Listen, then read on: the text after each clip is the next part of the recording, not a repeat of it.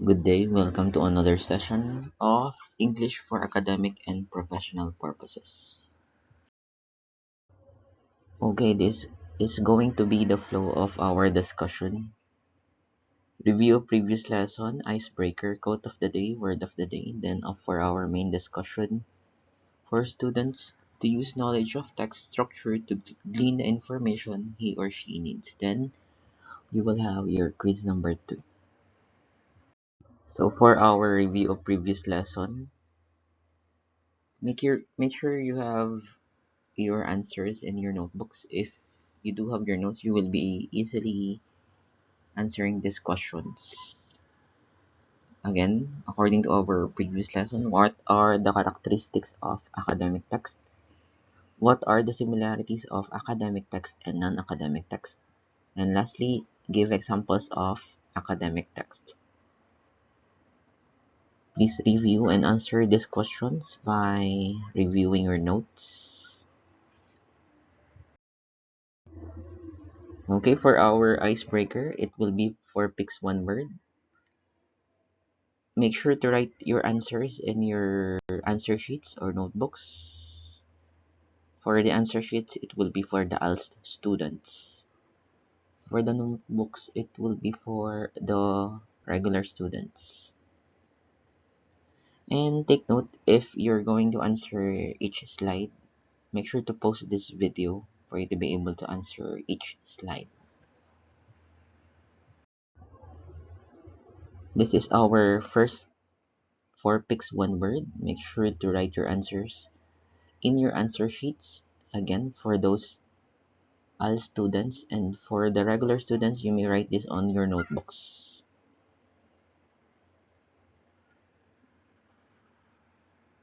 Make sure to post this video for you to be able to answer each of the slides in our game. 4 picks one word.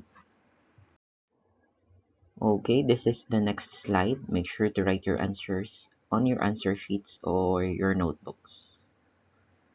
And post the video for you to be able to answer this one. Okay, let's have the next one. Okay, this is the third slide, third word in our 4 picks one word. Write your answer in your answer sheets or your notebooks. Next one, this is our 4 picks one word. This is our next word. You can use the letters under the pictures for you to be able to get the answers. You can post a video for you to be able to answer it. Okay, let's have the next picture here, the next set of pictures. Again, reminders, you can post the video for you to be able to answer this slide. And make sure to write your answers because this will be recorded as part of your written performance in your answer sheets or notebooks. Answer sheets is for all students and notebooks for the regular students.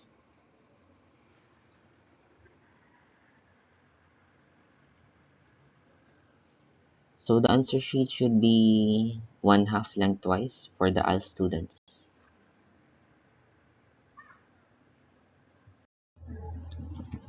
Okay, let's have our next word. I think this is an easier word. You have again the letters under the pictures as clue for you to be able to get the right or correct word. You can also post a video for you to be able to answer this one. Okay, this is our next slide. Make sure to write your answers.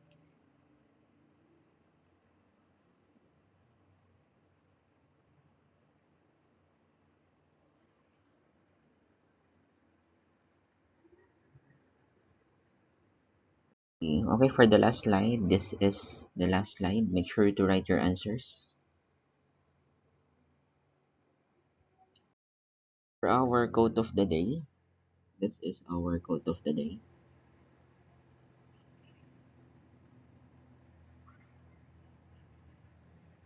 So The best preparation for tomorrow is doing your best today. Give your own explanation, or you can connect examples to this quote. Write your answers in your notebooks or answer sheets. Again, for the students, you can use your one half lengthwise as answer sheets. Explain this quote of the day. Pwedeng i-relate sa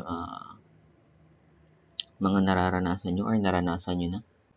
The best preparation for tomorrow is doing your best today. You can use Taglish. Okay, since this is an English class, you need to have a wide vocabulary for you to be able to be good in English. For you to be able to be good in English. So our word of the day is etiquette. And usually our small children are exempted from following etiquette. The meaning of etiquette is the rules indicating the proper and polite way to behave. For you to be able to use it in a sentence, according to Merriam-Webster, one example would be her failure to respond to the invitation was a serious breach of etiquette. A book about etiquette, telephone etiquette, or the proper way to behave when speaking on the telephone. And there is also what we call classroom etiquette. If there is someone speaking, make sure to listen, especially if it's the elders, especially your teachers. Okay, that's our word of the day, etiquette. Make sure to review this because some of our word of the day will appear in our quizzes or our quarterly exams. So let's now have our main discussion for competency 2, for students to use knowledge of text structure to glean the information he or she needs. So ano nga ba yung text structure? Our first question for our discussion, what is text structure? Ano nga ba ito? So according to the Wisconsin Department of Public Instruction, text structures refer to the way authors organize information in text.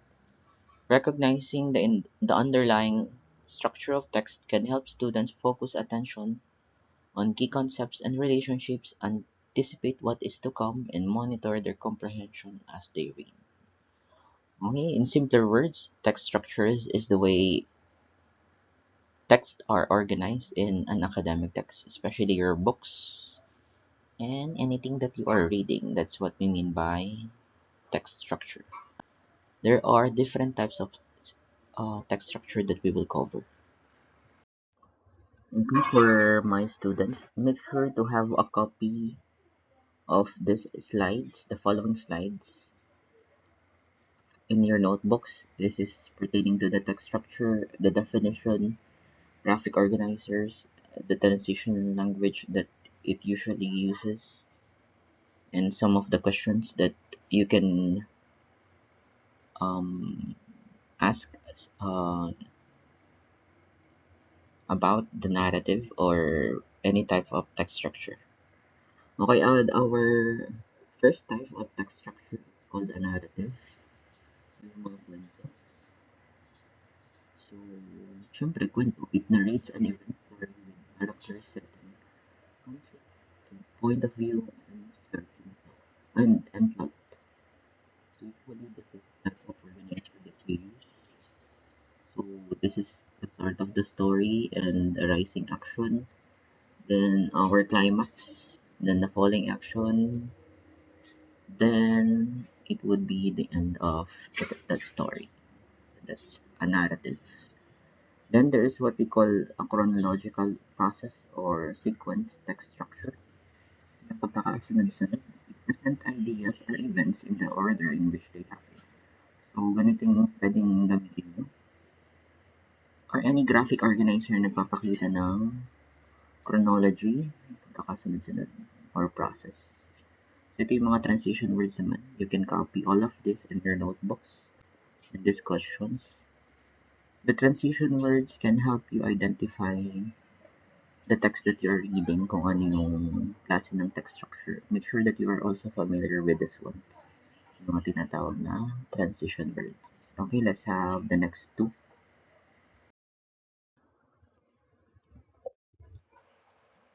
Okay, siya nga pala. We need to differentiate first what is a chronological text structure.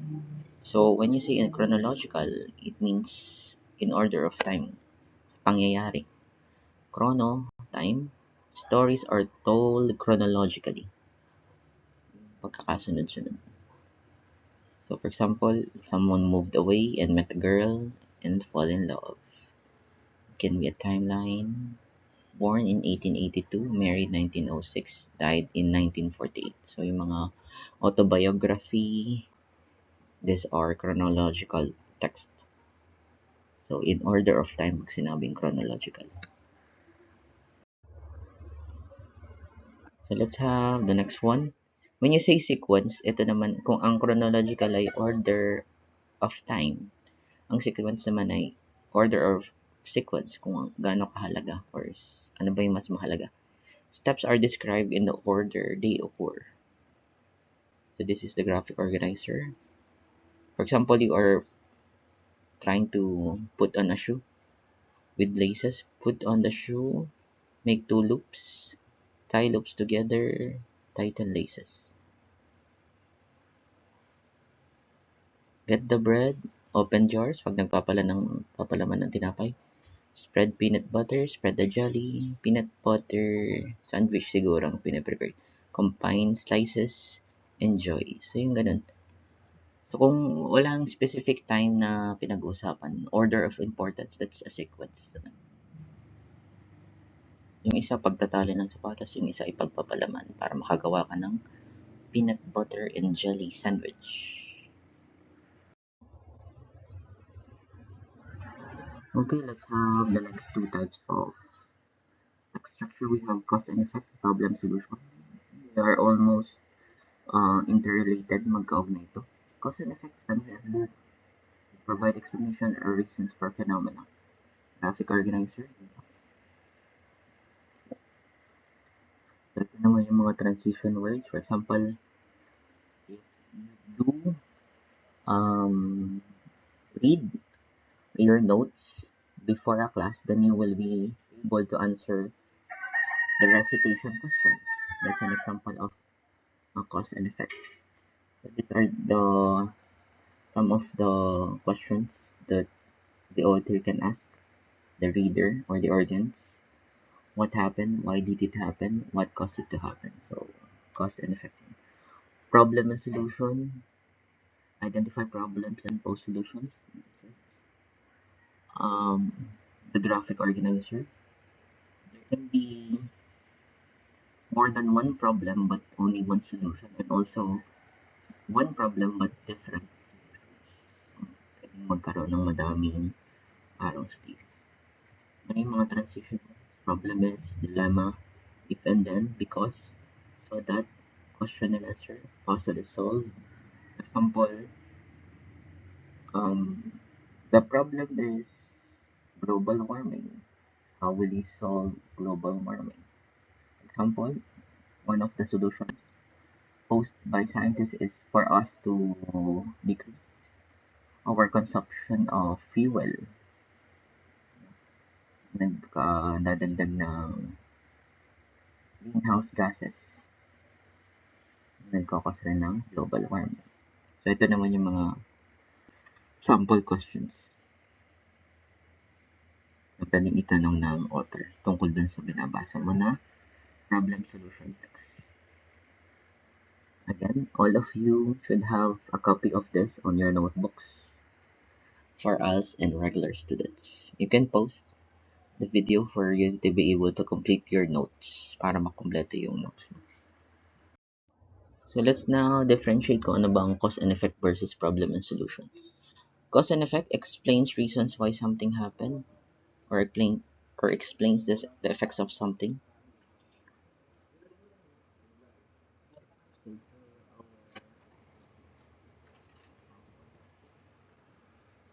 Bakit daw tumakbo yung aso? Or lumayo? Not feeding it, not petting it, di mo daw inalaga, not loving it. Text is not telling the story of a dog. It explains the reason why something happened, cause and effect. It can be also like this one, cause and then effect. Nung 60s daw maraming karate movies. Effect, marami daw nagbukas na karate schools. Tuturo ng karate. Yung ko, tumaas daw ang sales by 400%. But a negative effect, meron daw, dumami yung hospital cases, mga nabubugbog. So, ginagaya ng mga nakakapanood yung karate. And that's an example of cause and effect. So, let's now have our problem and solution. Author states a problem and also it can be one or more than one solution. It is similar, almost similar to cause and effect. For example, missing book solution, putting it in the closet, or getting lockers. Problem solution, eagles were endangered, so umunti na halimbawa yung mga Philippine eagle. So make laws to protect them, so padamihin yung mga protected areas, for example. Basically cause and effect yung problem solution but with an opinion and an answer. So, yung answer na nga dun ay yung solution.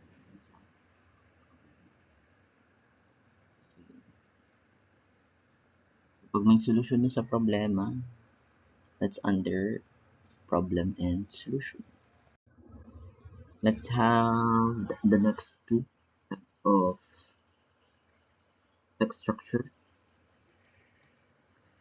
compare and contrast. So, dali lang to. Pag nagko-compare ka ng ideas, phenomena, or groups of people showing how they are different. Ganito yung pwedeng gamitin mong graphic organizer. Pwede rin yung Venn diagram. Yung may two circles, halimbawa. Tapos, coinciding sila yung gitna part and similarities yung kabilang part. Specific characteristics. Katulad ng ginamit natin sa academic and non-academic text, yun yung Venn diagram. These are the transition rules. You can also have a copy of this on your notebooks. And the last one, we have definition or description. Describes a topic by listing characteristics, features, attributes, and examples. So yun, definition or description. So halimbawa, ilalagay mo dito yung pangalan mo. What are the words that describes your characteristics or features or attributes, mga katangian mo? So these are the transition words. These are the sample questions. You can post a video for you to be able to complete your notes. Okay, thank you.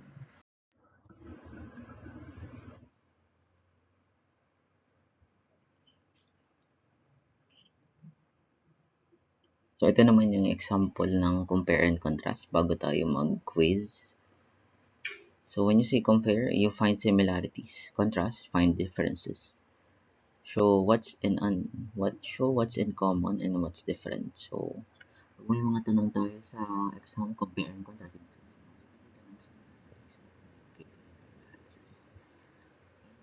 An example would be graphic organizer.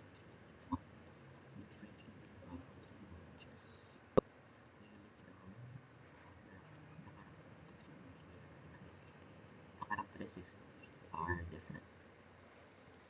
Okay, that's our compare and for our before you do this quiz, you have your notes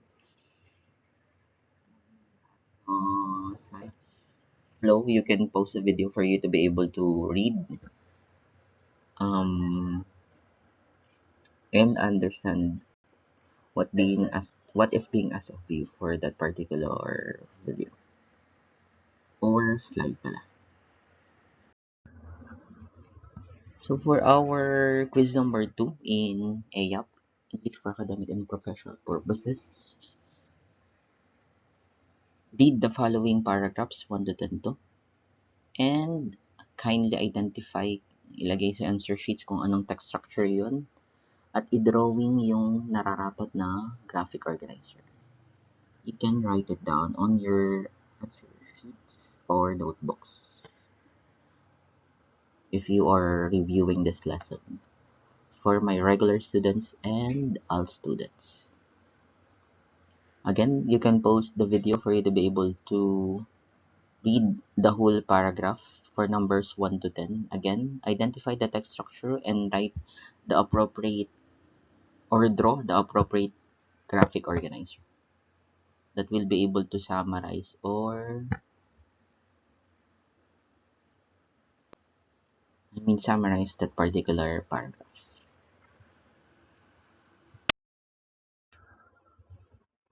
Okay, this is our first paragraph entitled Deviled Eggs, David Eggs. So make sure to read this one.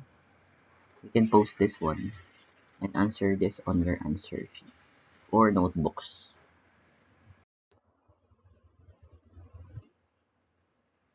Okay, this is for our paragraph number 2.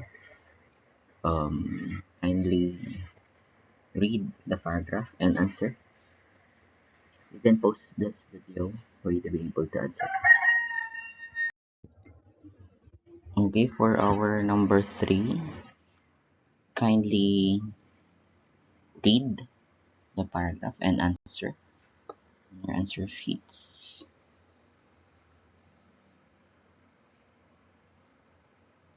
Okay, you can post the video for you to be able to write your answers.